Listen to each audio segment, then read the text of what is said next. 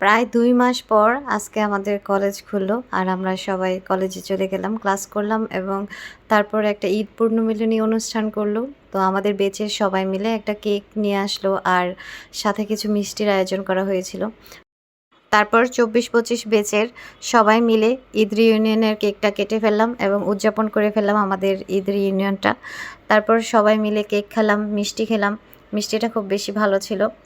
আর অনেক অনেক ছবি তুললাম, সেলফি তুললাম মিষ্টির, কেকের সব কিছুরই এবং সব বান্ধবীরা, বন্ধুরা অনেক দিন পর একসাথে হওয়াতে সবাই মিলে খুব আনন্দ করলাম।